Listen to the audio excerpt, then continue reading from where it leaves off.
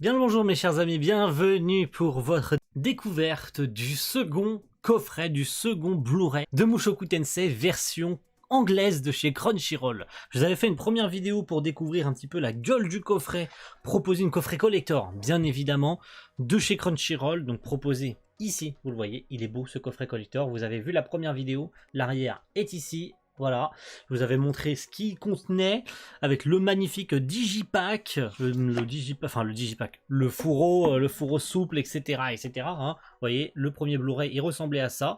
Bon, il a un petit peu travaillé entre temps parce que vous voyez qu'il glisse quand même un petit peu mieux que la première fois. Et aujourd'hui, j'ai reçu donc le reste de ce qui manquait du coup dans ce coffret Blu-ray. Et il y a une petite déception quand même. Ce coffret, si on peut appeler ça comme ça, puisque c'est juste un Blu-ray. C'est simplement un Blu-ray. Ce qui est bien dommage d'ailleurs. Voilà, c'est l'un des points noirs, je trouve, sincèrement, vu au prix en plus où je l'ai payé. C'est un petit peu dommage qu'ils aient pas proposé un coffret comme le premier, bien propre, avec un fourreau rigide et tout, avec des petits bonus, etc. C'est simplement parce qu'ils en ont pas fait, hein. C'est pas genre parce que je l'ai pas acheté ou quoi que ce soit, c'est juste simplement qu'ils l'ont pas fait. Mais ce qui est bien dommage, c'est qu'ils ont simplement pas fait de fourreau souple. Ça, parce que ça ressemble à ça. Voilà. Ça ressemble simplement à ça. On a le boîtier Amareil avec le visuel. Alors un visuel qu'on connaît tous, hein. J'ai pas besoin de vous remettre le visuel en question. Mais voilà la tronche du coffret.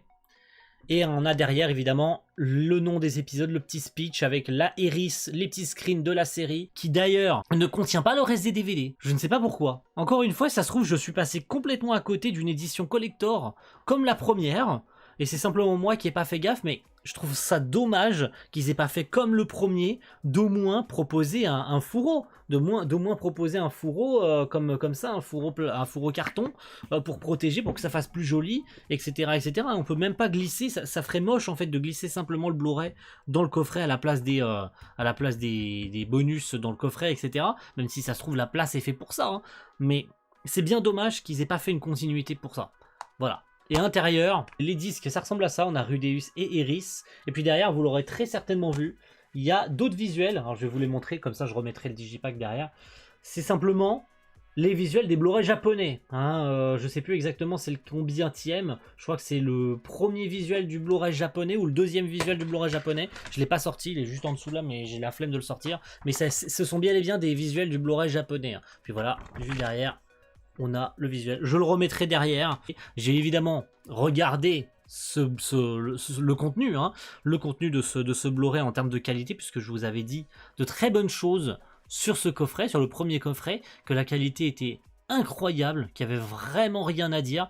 Est-ce qu'on est dans la continuité sur ce second coffret, si on peut appeler ça comme ça, hein, sur ce deuxième Blu-ray? C'est absolument merveilleux. Déjà, le premier Blu-ray, je vous avais dit que le master utilisé chez Crunchyroll était le master japonais, puisque dans le master japonais, dans les premiers épisodes, contient une scène X, et elle l'était dans ce master Crunchyroll. Donc on est dans une continuité, c'est-à-dire que la qualité vidéo est parfaite, vraiment, il y a juste rien à dire. Alors j'avais dit d'ailleurs dans la première vidéo, je me permets de me corriger, qu'ils avaient ajouté un espèce de petit grain particulier sur la version Blu-ray qui était peut-être pas sur le Blu-ray japonais, etc. Non, c'est faux, hein. Que ce soit la version télé ou le master japonais, ils ont ce petit grain particulier dédié à Mushoku Tensei, à sa réalisation de Manabu Okamoto.